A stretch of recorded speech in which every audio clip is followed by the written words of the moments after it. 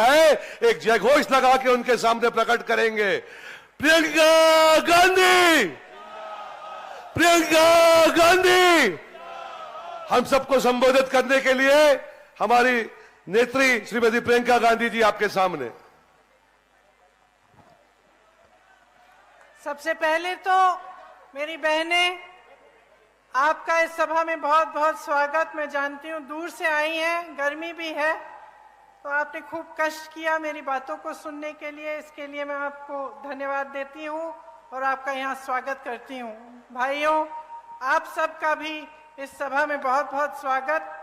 श्री कमलनाथ जी, श्री सुरजेवाला जी, श्री सुरेश पचौरी जी, doctor Govind Singh ji, Arun Yadav ji, Omkar Singh Markham जी, श्री कमलेश्वर पटेल जी, श्री नीलांशु चतुर्वेदी जी, श्री नारायण पट्टा जी, अशोक मस्कोले जी, राकेश तिवारी जी, हीना कानवरे जी, श्री जयवर्धन सिंह जी, आप सबका भी और सभी नेतागण, सभी कार्यकर्तागण, सभी कांग्रेस के पदाधिकारीगण का इस सभा में बहुत बहुत स्वागत।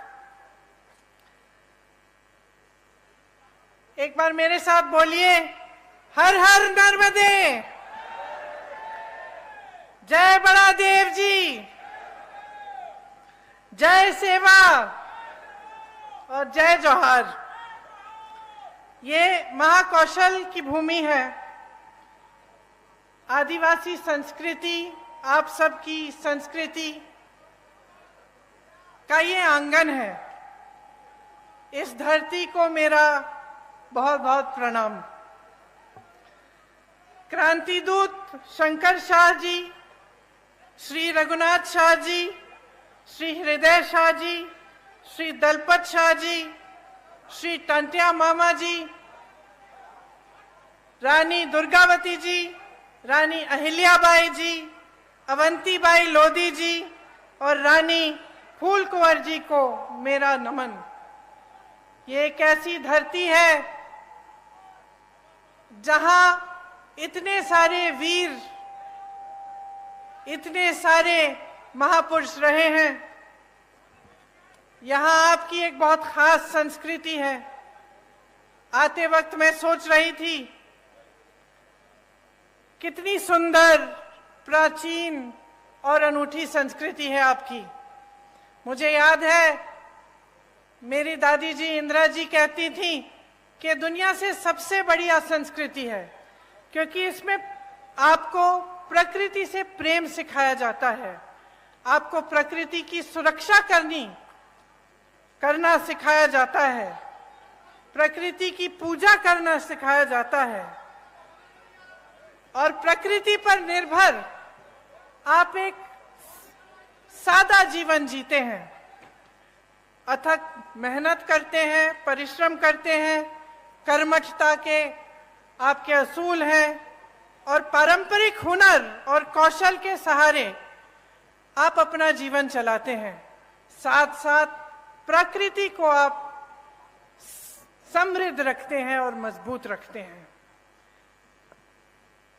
देखिए, मैं अभी मणिया चौगान में गई थी। वहां पे मैंने पहली बार देखा ऐसी जगह को और आप सबकी श्रद्धा उस जगह से जुड़ी है। वहां पे आपकी आस्था जुड़ी है। आदिवासी आस्था के गौरव का केंद्र है। मैं वहां गई तो मुझे बताया गया कि जो आपकी पगड़ी है, इससे आपका सम्मान जुड़ा हुआ है। मुझे बताया गया कि अगर कोई ऐसी बात होती है, मान लो किसी से ऋण ले लिया, चुका नहीं पा रहे हैं, तो आप पगड़ी रख के जाते हैं। तो ये बात मेरे मन में आई कि जब हम यहाँ चुनाव के समय आते हैं और हम आप सब से बड़े बड़े वादे करके जाते हैं और कहते हैं कि हम ये करेंगे, घोषणाएं करते हैं, तो एक तरह से हम अपनी पगड़ी आपके सामने रखते हैं।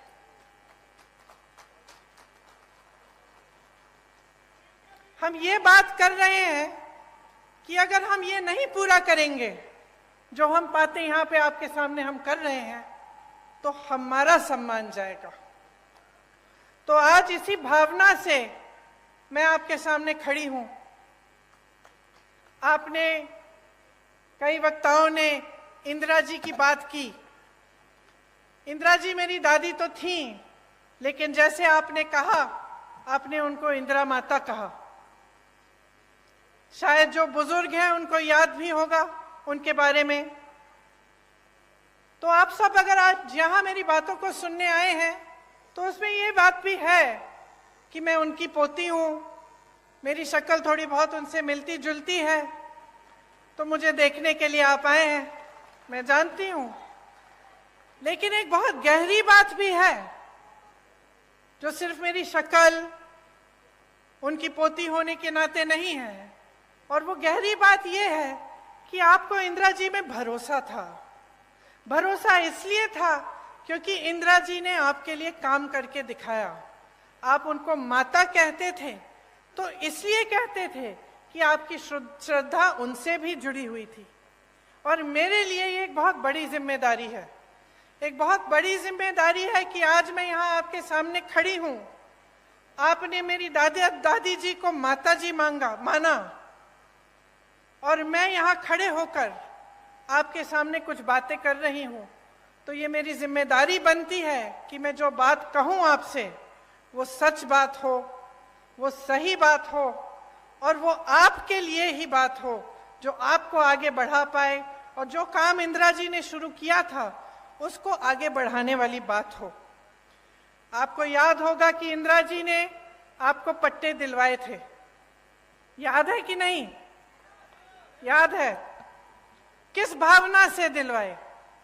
इसी भावना से दिलवाए कि ये आपकी जमीन है, ये आपका सम्मान है, ये आपसे जुड़ी हुई बातें हैं, और आपको पूरी तरह से की शक्ति आपके हाथों में मिलनी चाहिए।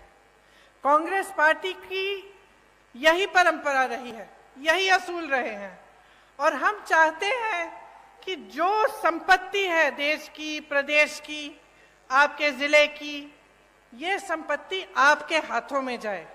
हम चाहते हैं कि आप मजबूत बने, आपकी शक्ति आपको मिले।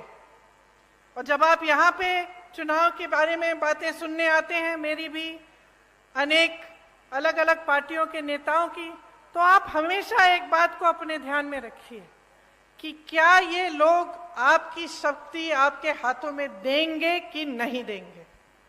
अब कांग्रेस की जो परंपरा रही है उसको आप देखिए। आपके लिए वन अधिकार का कानून लाया गया ताकि वन पर सबसे पहले आपका अधिकार बने, क्योंकि यही आपकी मूल संस्कृति रही है और एक तरह से मनुष्यता की मूल संस्कृति रही है। तो इसको बचाने के लिए और मजबूत करने के लिए आपको वन का अधिकार दिया गया था। जो भी नेता यहाँ आता है, मैं जानती हूँ ये 3 शब्द बोल के जरूर जाता होगा, जल, जंगल और जमीन, है कि नहीं? बोलते हैं ना। लेकिन इसके नीचे क्या अर्थ है, इसको समझना बहुत जरूरी है। क्या नेता गहराई से बोल रहा है या आपके सामने एक जुमला बना के छोड़ दिया है? आपको मालूम होगा कि कांग्रेस की सरकार ने आपको ये वन अधिकार दिलाकर जल, जंगल और जमीन पर आपको अपना अधिकार लौटाया। मनरेगा लाए, मनरेगा से ग्रामीण रोजगार बने। जो पलायन की बात कमलनाथ जी ने की, पलायन किस लिए होता है? पलायन इसलिए होता है जब ग्रामीण रोजगार नहीं बनता, जब आपके इलाके में, आपके गांव में, आपके जिले में रोजगार नहीं मिलता, तभी तो बच्चा सोचता है कि घर छोड़ के बड़ी शहर में नौकरी ढूंढेगा, क्योंकि यहाँ नहीं मिल रही है। तो मनरेगा किस लिए बनाया गया था? आपको मजबूत बनाने के लिए, ताकि आपको रोजगार गांव में मिले, ताकि आपको पलायन करना नहीं पड़े। आज पलायन बहुत बड़ी समस्या है यहाँ की। भोजन का अधिकार का कानून मिला आपको, इससे आपके बच्चों को जो भोजन का अधिकार है वो दिया गया कि सरकार की जिम्मेदारी बनती है कि आपको भोजन मिलना है। पंचायत व्यवस्था को कांग्रेस की सरकारों ने मजबूत किया। जो पैसा पंचायत को आना चाहिए था वो आया। पंचायत में जो निर्णय लेने चाहिए थे कि आपके यहाँ कुछ काम कराना है या कोई समस्या है, उसको सुलझाने के लिए वो पंचायत में ही लिया जाए, ये कांग्रेस की सोच थी। इन सब चीजों से आपके हाथ मजबूत हुए। अब आप अगर देखें तो जितने भी अधिकार कांग्रेस ने आपको दिए और जो जो काम आपकी मजबूती के लिए किए, जब भाजपा आई तो एक एक करके ये अधिकार आपसे छीने गए। आज सरपंचों को के अधिकार में कटौती है, आप सब जानते होंगे। मनरेगा को लागू ही नहीं किया, पलायन और बढ़ गया है क्योंकि गांव में रोजगार नहीं मिल रहा है। आपकी जमीनें छीनी जा रही हैं, आपको उपज के सही दाम नहीं मिलते, आप विरोध करते हैं, प्रदर्शन करते हैं तो आपके ऊपर गोलियां बरसाई जाती हैं। वन का अधिकार ही खत्म कर दिया। कमलनाथ जी ने आपको पट्टे दिए थे, आपको याद होगा उस 15 महीनों के सरकार में उन्होंने आपको पट्टे दिलवाए और ये काम भी इन्होंने रोक दिया है भाजपा ने। तो देखिए आपका जो समाज है, मेरी बहनें बैठी हुई हैं, आपका जो समाज है इसके साथ बहुत अत्याचार हुआ है। आपने देखे होंगे इतने सारे जो वीडियो वायरल हुए हैं, देश में प्रदेश में सबसे ज्यादा बच्चियों को यहीं पे मध्य प्रदेश में यहीं पे गायब हो रही हैं, सबसे ज्यादा बच्चियां। 1.5 लाख बच्चियां और महिलाएं गायब हो गई हैं इनके राज्य में। हर रोज 17 बलात्कार होते हैं। आप सोचिए बहनें, हर रोज जब आपकी बच्चियां बाहर निकलती हैं आपको डर लगता होगा कि आएंगी वापस कि नहीं, या कुछ हो तो नहीं जाएगा। ये सरकार चल रही है। उज्जैन की घटना तो आपने देखी ही है। और आदिवासी जनों पर, आप पर जो अत्याचार बरसाए जा रहे हैं उनका अब कोई मुकाबला नहीं है। पूरे देश में मध्य प्रदेश उनमें नंबर 1 हो गया है। तो देखिए यहाँ की जो परिस्थितियां हैं वो मुश्किल होती चली जा रही हैं। आपको रोजगार नहीं मिल रहा है, आपको वन पर अधिकार नहीं मिल रहे हैं, यहाँ पे अत्याचार बढ़ रहे हैं, तो पलायन तो होगा ही ना। ये देखकर इतना दुख होता है कि ऐसे बड़े बड़े शहीदों की धरती पर यहाँ से लोग छोड़ के जा रहे हैं रोजगार लेने के लिए, और यहाँ पर रोजगार आपके लिए पैदा नहीं कर रहे हैं। 18 सालों से भाजपा की सरकार है, रोजगार के मौके नहीं बने, सिर्फ लूट में व्यस्त रहे हैं ये लोग। जिस तरफ आप देखें वहां घोटाला ही घोटाला। और जब चुनाव आता है आपका ध्यान भटकाया जाता है, धर्म की बातें हो जाती हैं और इधर उधर की बातें होती हैं जिससे आपके जज्बात जुड़े होते हैं। तो बहनों, आपको बहुत सतर्क रहना पड़ेगा। आपको समझना पड़ेगा कि इधर उधर की बातों से सिर्फ आपका ध्यान भटकाया जाता है।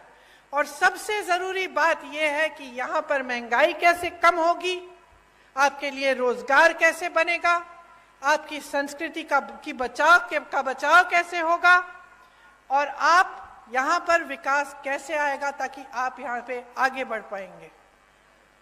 यहाँ पे तेंदुपत्ता के बहुत सारे मजदूर हैं, आप जानते ही हैं, मुझसे अच्छी तरह जानते हैं कि कितना शोषण हो रहा है।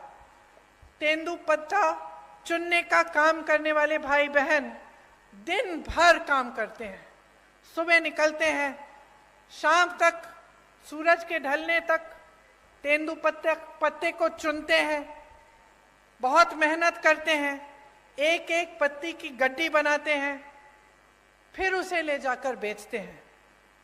महिलाएं पत्ता बेचने जाती हैं और देर रात तक नहीं लौटती, लेकिन इन्हें क्या सही दाम मिल रहा है तेंदुपत्ता का? आप बताइए। तेंदुपत्ता बोनस में भी भ्रष्टाचार किया हुआ है, अभी तक नहीं मिला। किस किस को मिला है बोनस? तो मिलेगा कैसे जब भ्रष्टाचार किया है इसमें? आप सोचिए, हर जगह भ्रष्टाचार कर रहे हैं। आपकी महिलाएं जाके तेंदुपत्ता रोज उसका काम करती हैं, उसको चुनने का काम करती हैं, सुबह से शाम तक काम करती हैं, रात को घर आती हैं, और बोनस में ये भ्रष्टाचार करते हैं, पैसे ये बनाते हैं, आपको सही दाम नहीं मिलता। आपको मालूम है कि छत्तीसगढ़ में 4000 रुपए मिलता है तेंदुपत्ता का दाम। यहाँ को धान का बोनस नहीं दिया। छत्तीसगढ़ में जहाँ कांग्रेस की सरकार है वहां सबसे ज्यादा धान का दाम मिल रहा है पूरे देश भर में। ये काम कर रही है कांग्रेस की सरकार। ये तेंदू पत्ते पर बोनस देने का काम किसने शुरू किया था आपको मालूम है? इंदिरा माता ने किया था शुरू। उन्होंने शुरू किया था। जब वो यहाँ आई और उन्होंने देखा कि यहाँ की महिलाएं इतनी मेहनत कर रही हैं तो उनको लगा कि आपकी मदद होनी चाहिए। आज बोनस का पैसा जैसे आप कह रहे हैं नहीं मिलता है। आपको चप्पल दे रहे हैं, छाते दे रहे हैं, जूते दे रहे हैं, बोनस का पैसा नहीं दे रहे हैं। उसमें कमीशन होगा। ठीक है, सही बात कह रहे हैं आप, बिल्कुल। लेकिन आपके सम्मान की क्या बात है? आपके सम्मान की क्या बात है? क्या जूता, चप्पल, छाते से आपका सम्मान जुड़ा है? आप मेहनत करते हैं, क्या आपको अपनी मेहनत की कमाई नहीं मिलनी चाहिए? क्या आपकी मेहनत में आपका सम्मान नहीं है?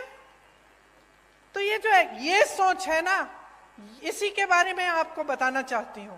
एक तरफ कांग्रेस की सोच, आपकी सम्मान, आपका सम्मान, आपकी संस्कृति, आपकी परंपराएं को आगे बढ़ाने वाली सोच, और उसके बारे में मैं और बताऊंगी आपको कि कैसे छत्तीसगढ़ जैसे प्रदेश में कैसे कैसे काम हो रहे हैं। और दूसरी तरफ भाजपा की सोच जो है कि जब आप सत्ता में हैं कुछ नहीं करें, जनता को आगे बढ़ाने का काम नहीं करें, भ्रष्टाचार करते जाएं, जहां पे आपको मौका मिला वहां हाथ मार लिया, पैसे लूट लिए, काम नहीं किया। चुनाव आने का समय आया, 18 साल से जो आपने काम नहीं किया वो चुनाव के 18 दिन पहले आप शुरू कर लेते हैं। ये घोषणा करेंगे महिलाओं के लिए, आदिवासी जनों के लिए घोषणा करेंगे, कोई और घोषणा कर देंगे बच्चों के लिए, युवाओं के लिए। लेकिन जब आप 18 साल से आपकी सरकार है, जब आप सत्ता में हैं और आप थे, तो आपने क्यों नहीं किया ये काम? ये मैं पूछना चाहती हूँ। और मैं चाहती हूं कि आप सबका ध्यान इसी तरफ आकर्षित हो। आपको आपकी सम्मान की कमाई मिलनी चाहिए। ये जो इन्होंने चप्पल, जूते, छातों की बात की है ना, इसको बंद कराइए। देखिए, थोक में खरीदते हैं, आपको एक जोड़ी चप्पल पकड़ा देते हैं, आपका कौन सा साइज है नहीं है वो भी नहीं मालूम, ऐसे ही पकड़ा देते हैं और सोचते हैं कि ये चप्पल, ये जूते, ये छाते आपको पकड़ाने से आप चुप हो जाएंगे और अपना बोनस नहीं मांगेंगे। इतना भी आदर नहीं करते आपकी मेहनत का। ये आपकी मेहनत की कमाई है, आपका अधिकार है। आपको बोनस मिलना चाहिए और आपको तेंदूपत्ता का सही दाम मिलना चाहिए। अब मैंने छत्तीसगढ़ की बात की, मैंने छत्तीसगढ़ की इसलिए बात की, बहनों सुन लो, क्योंकि छत्तीसगढ़ में कांग्रेस की सरकार है। अभी अभी कुछ दिनों पहले मैं बस्तर गई थी, जहां पे आपकी तरह, यहाँ की तरह आदिवासी संस्कृति है, आदिवासी बहन भाई रहते हैं। तो वहां जो कांग्रेस की सरकार है, सबसे पहले तो आज के दिन तेंदूपत्ता के लिए वहां पे 4,000 रुपए मिल रहे हैं पर बोरा, प्रति बोरा। आदिवासी क्षेत्र को उन्होंने एक ब्रांड बना दिया है, मतलब पूरी दुनिया में जाना जाता है बस्तर की ये आदिवासी क्षेत्र है, एक ब्रांड है। वहां पे बड़े बड़े मिलेट के प्रोडक्शन के प्लांट लगा दिए हैं ताकि वहां की जो उपज है उसमें से ऐसी ऐसी चीजें बनी जो पूरी दुनिया में, पूरे देश भर में पहुंच सके। वहां कोदा, कुटकी, रागी, ज्वार जो उगता है उसमें से ऐसी ऐसी चीजें बनाई हैं जो दिल्ली की बड़ी बड़ी दुकानों में बिक रही हैं। अच्छा, वहां इंग्लिश मीडियम स्कूल खोले हैं अपने आदिवासी बहन भाइयों के लिए। वहां की ये नीति है कि आदिवासी पाठशालाएं बनाई हैं जिसमें आपकी संस्कृति सिखाई जाती है। गौठान में रोजगार बनाए हैं ताकि जो मेरी बहनें हैं, मैं आपको बताना चाहती हूं, जो काम कांग्रेस की सरकार ने छत्तीसगढ़ में किया, मैं गई थी काम को देखने के लिए। वहां मैं कुछ महिलाओं से मिली, वहां जो स्वयं सेवा समूह है उनके गौठान हैं, और मैंने पूछा कितना कमा रही हो बहन? पता है क्या जवाब मिला?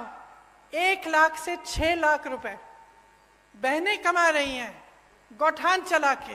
तो क्या आप नहीं चाहेंगे कि आपके प्रदेश में भी एक ऐसी सरकार आए जो आपको समझे और ये समझे कि आपकी जरूरतें क्या है। गौठान बनाएंगे या इसमें से हम कैसे कैसे काम करा सकते हैं, कहाँ कहाँ रोजगार पैदा हो सकता है बहनों के लिए, भाइयों के लिए, कैसे ऐसे वन के उपज हैं जिनको हम आगे बढ़ा सकते हैं। आपको पता नहीं होगा, छत्तीसगढ़ में 60 से ज्यादा वन उपज को समर्थन मूल्य दिया जाता है, मतलब कि उसका दाम आपको मिलता है। यहाँ तो आपको एक तेंदुपत्ता का नहीं मिल रहा है, वहां 67 वन उपज को के लिए आपको सही दाम मिलता है। तो आप सोचिए कि अगर आप सही सरकार चुनते हैं और आप सही पार्टी को वोट देते हैं, जिसके नेता आपको गुमराह करने के लिए काम नहीं करते, आपको आगे बढ़ाने के लिए काम करते हैं, तो कितनी तरक्की आ सकती है आपके जीवन में। आप में हुनर है, हमारी बहनें गुलदस्ता बनाती हो, खिलौने बनाते हो, पेंटिंग बनाते हो, मूर्तियां बनाते हो, हुनर है ना, कला है और आपकी अपनी है। अब इसको लेकर अगर देश भर में, दुनिया भर में आप इसको भेज सकते हैं और इसके जरिए आप कमा सकते हैं, तो आपके लिए कितना अच्छा होगा। और यही काम हमारी सरकारें करके दिखा रही हैं, छत्तीसगढ़ में कर रही हैं, राजस्थान में कर रही हैं। आपका सम्मान देश भर, दुनिया भर में फैलता है और बनता है। यहाँ भी हम चाहते हैं कि अगर सरकार आएगी तो ये एक घोषणा है कि मैं करने जा रही हूँ कि तेंदुपत्ता के लिए प्रति बोरा 4000 रुपए यहाँ पे भी आपको दिलवाया जाएगा। और जैसे छत्तीसगढ़ में पेशा कानून लागू किया है, उस तरह से यहाँ पे भी पेशा कानून लागू होगा। आपने तो देखा होगा कि आज मध्य प्रदेश में कैसी सरकार चल रही है। मेरे ख्याल से 225 महीनों की सरकार है और 250 घोटाले हैं। 18 साल से सरकार चल रही है, 22,000 घोषणाएं की हैं। मंडला जबलपुर की जो सड़क है 10 साल से बन रही है, 10 साल से। पहले 4 लेन की बन रही थी, अब 2 लेन की बन रही है, लेकिन 10 सालों में बना नहीं पाए। वही मैं कह रही हूं, ढंग से नहीं बनी है। आप आ जाइए ना मंच पे।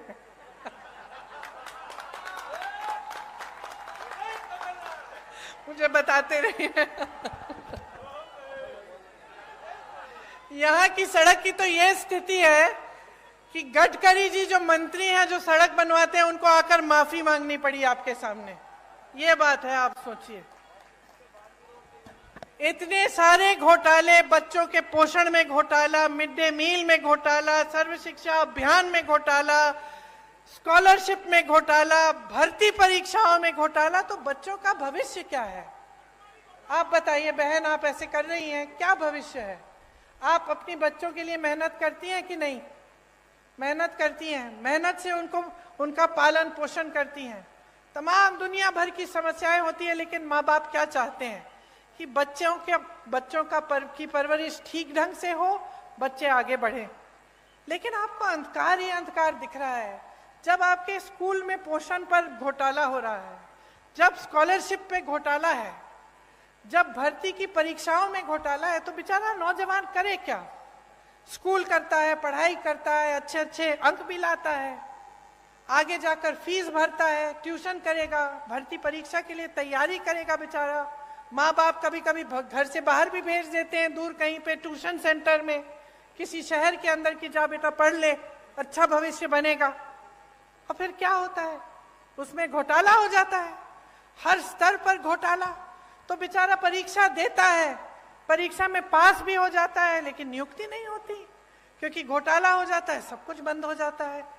तो जब अगली पीढ़ी, आने वाली पीढ़ी के लिए भी कुछ भविष्य में दिख नहीं रहा है, उम्मीद ही नहीं रही, तो आगे कैसे बढ़ पाओगे? आपका विकास कैसे हो पाएगा? सबसे बड़ा व्यापम का जो घोटाला हुआ यहाँ, पता नहीं कितने लोग मर गए उसमें, किसी ने इंक्वायरी, जांच तक भी नहीं कराई, और वही सरकार चली जा रही है।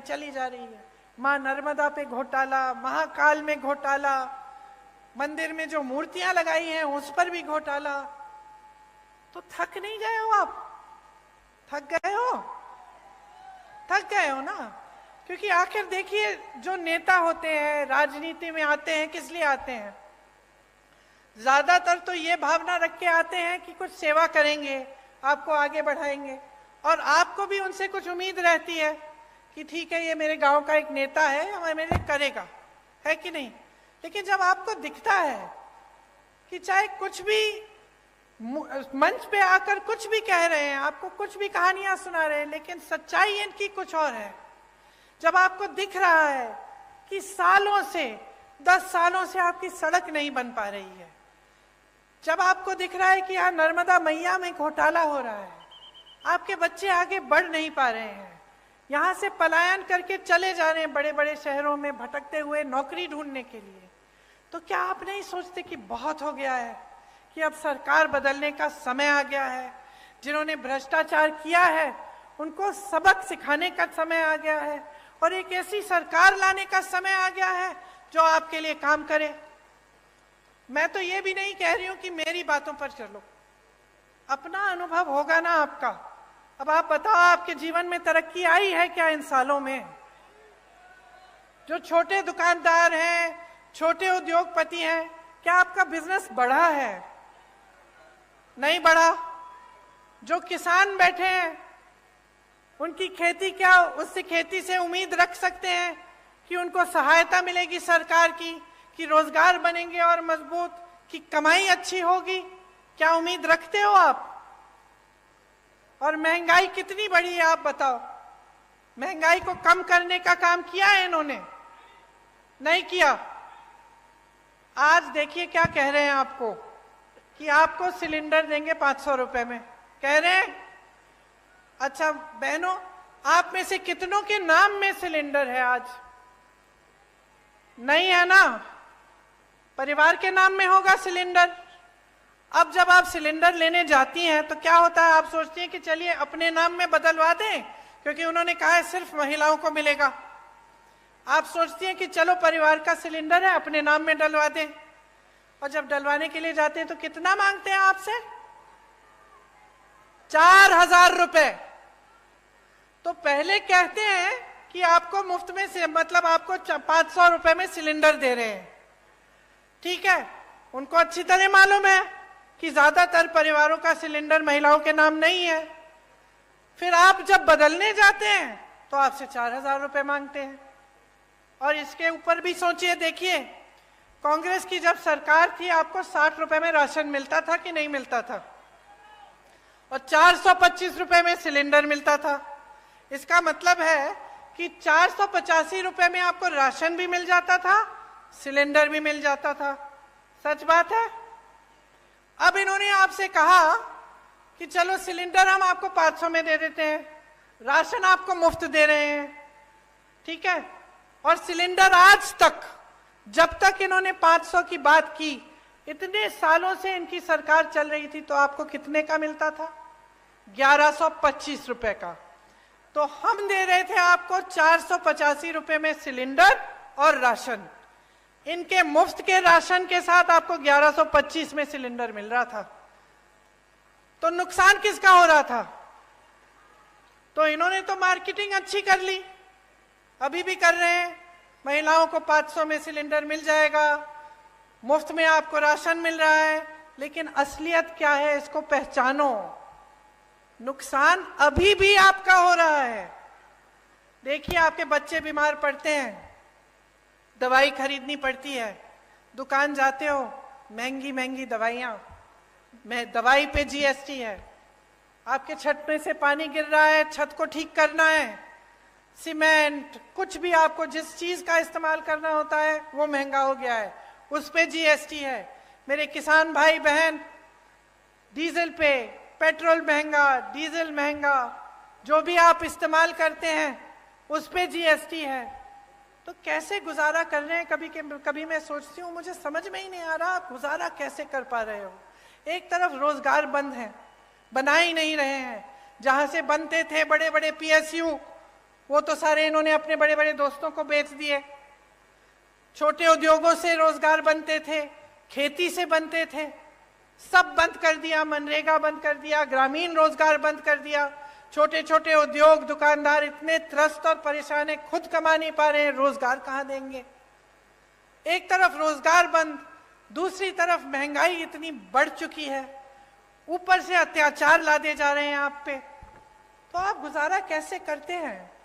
आप सुबह जब उठते हैं तो कैसे सोचते हैं कि चलो एक और दिन हम निकाल लेते हैं, चलते हम तेंदू पत्ते को चुनने के लिए, शायद कुछ कमाई हो जाए।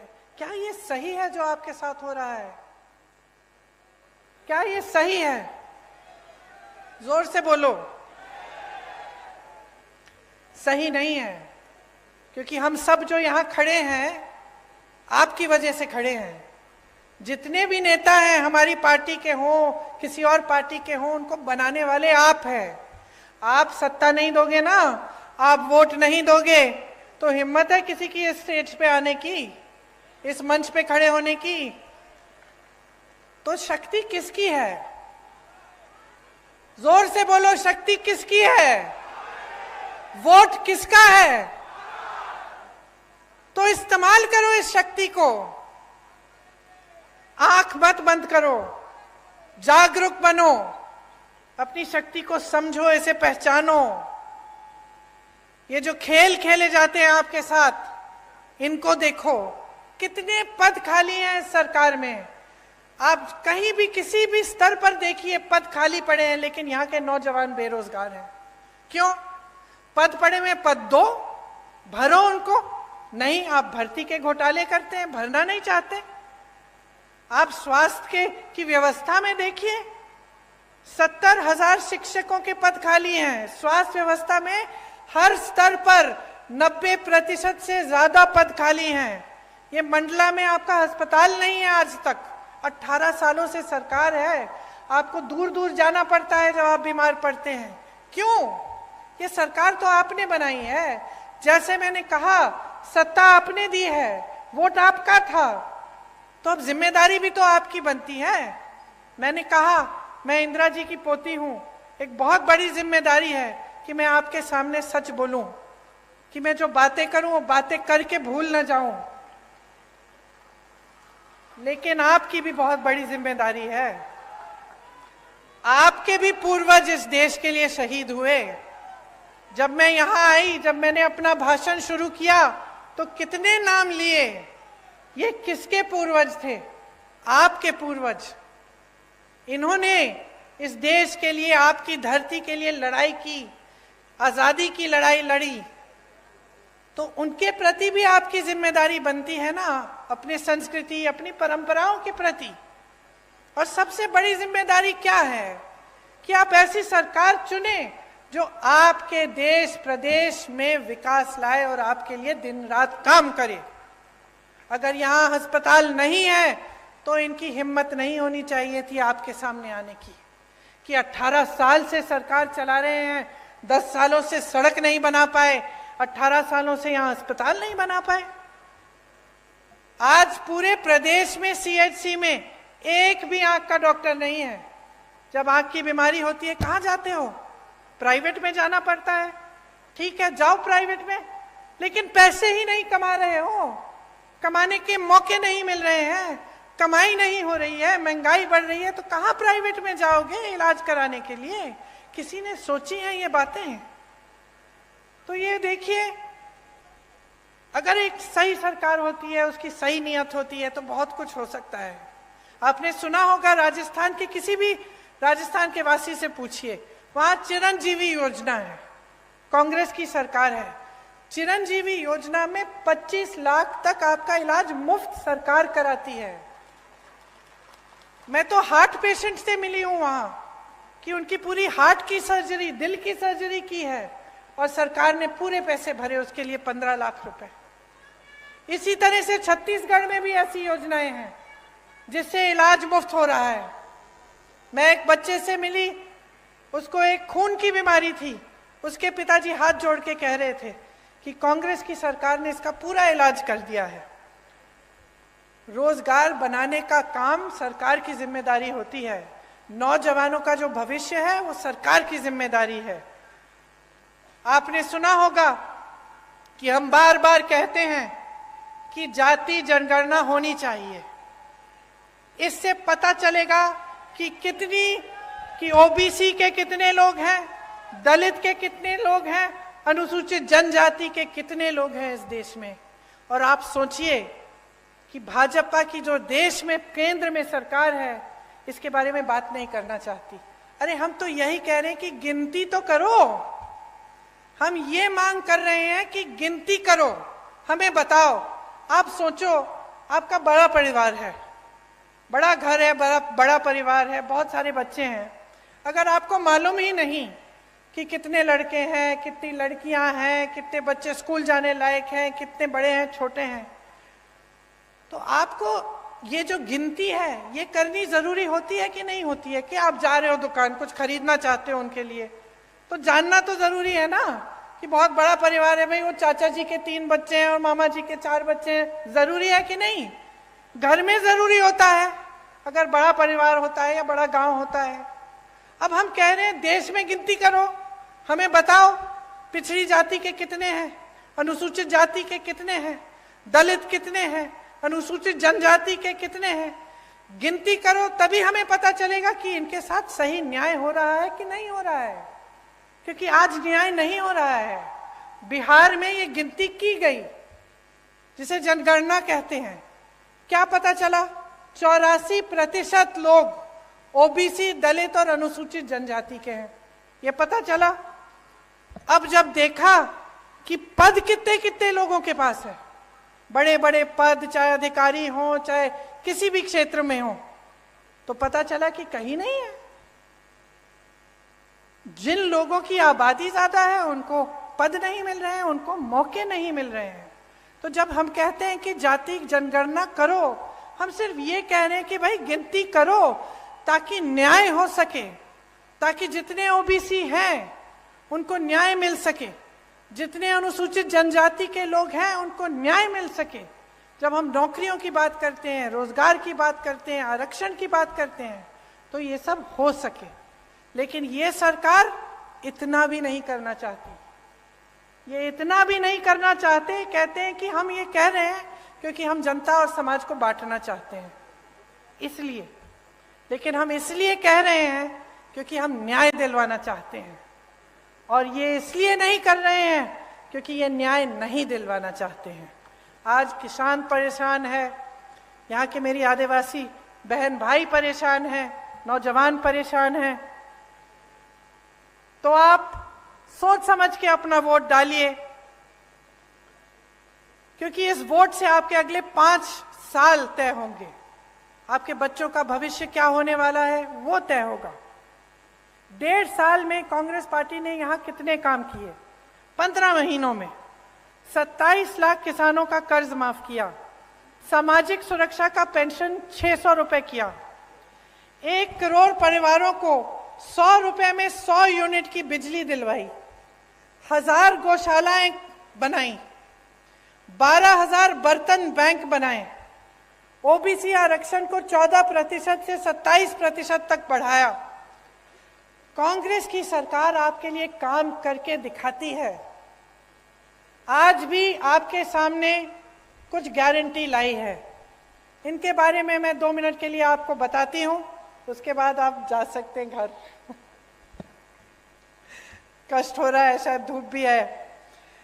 देखिए, जैसे किसान को कर्ज माफ करने का काम हमने शुरू किया था, उसको हम फिर से शुरू करेंगे। तो किसानों का कर्ज माफ करेंगे।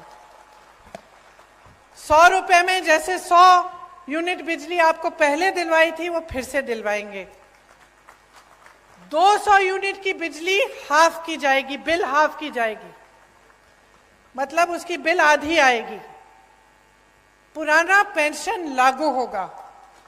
जितने भी अधिकारी हैं, सरकारी जो रोजगार होता है उसका महत्व यही होता है कि जब वो रोजगार मिलता है, वो नौकरी मिलती है, तो हमें लगता है कि चलो ठीक है, रिटायर होने के बाद भी कुछ आते रहेगा, हम सही सलामत सुरक्षित रहेंगे। आज वो भी छीना गया है आपसे।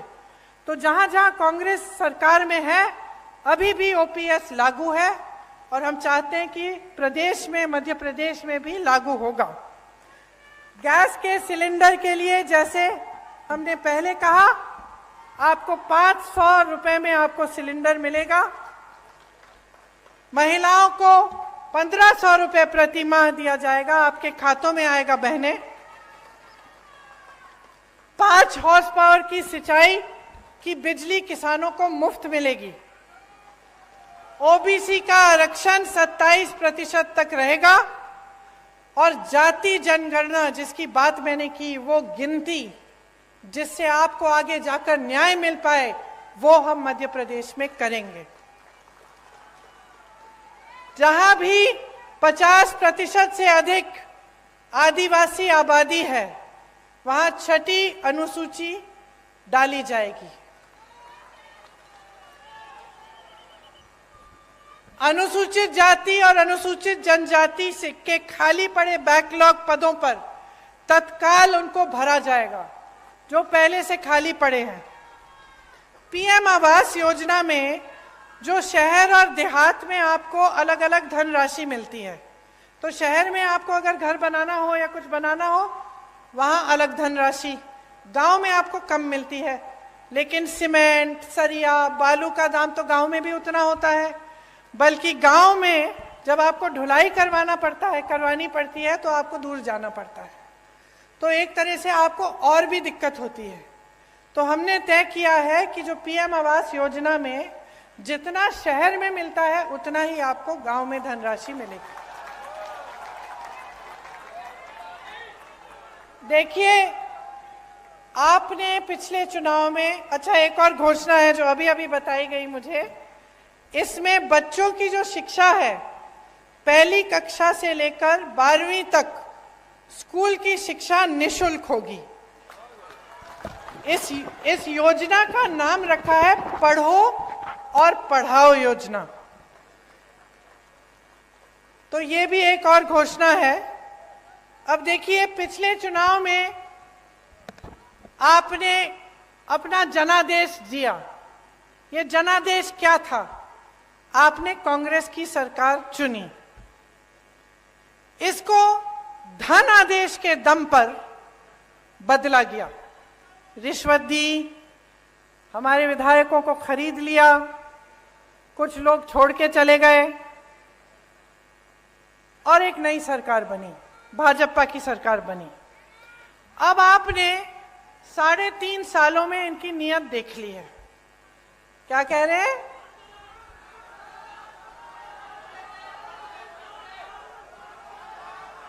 सुनाई नहीं दे रहा ठीक से, मुझे बताइए।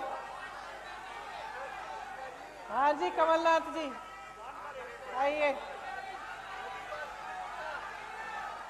आप सब जानते हैं कि कांग्रेस की सरकार किसानों की हितैषी है। मैं यहां नहीं बोल रहा, पर मैं आपको एक आश्वासन दे सकता हूं कि आप निराश नहीं होंगे।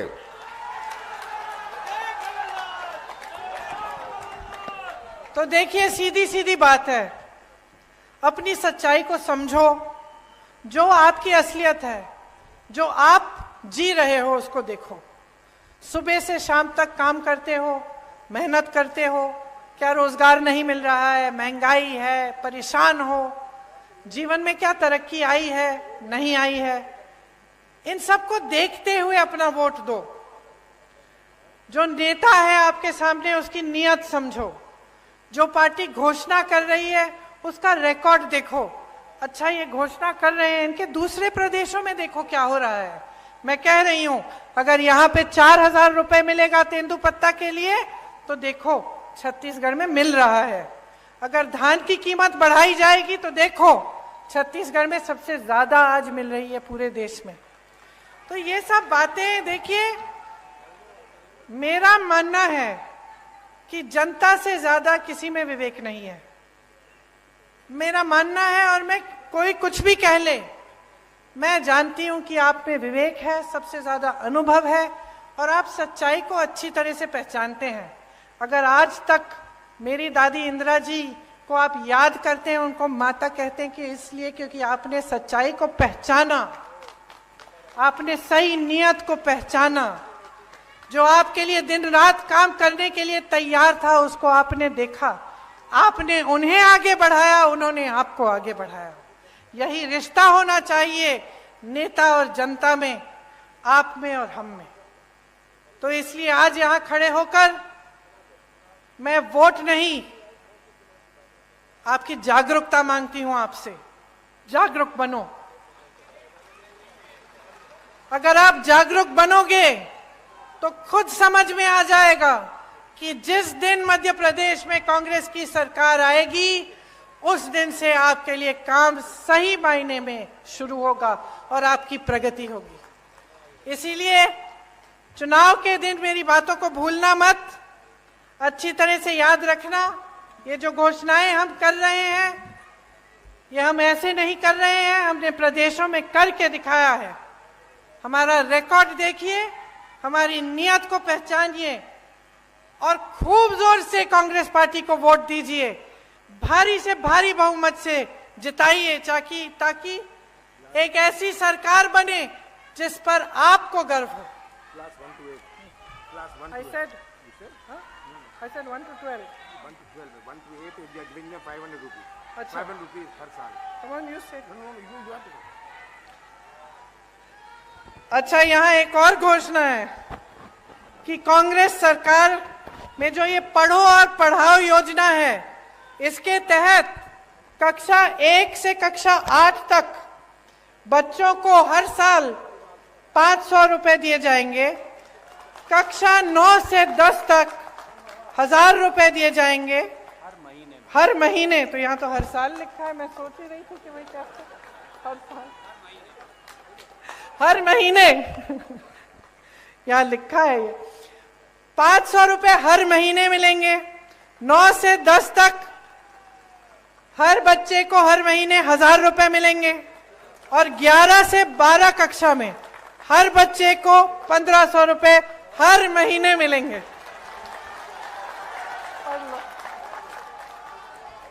अच्छा, एक बार मेरे साथ कहिए, जय हिंद, जय हिंद, जय हिंद। धन्यवाद।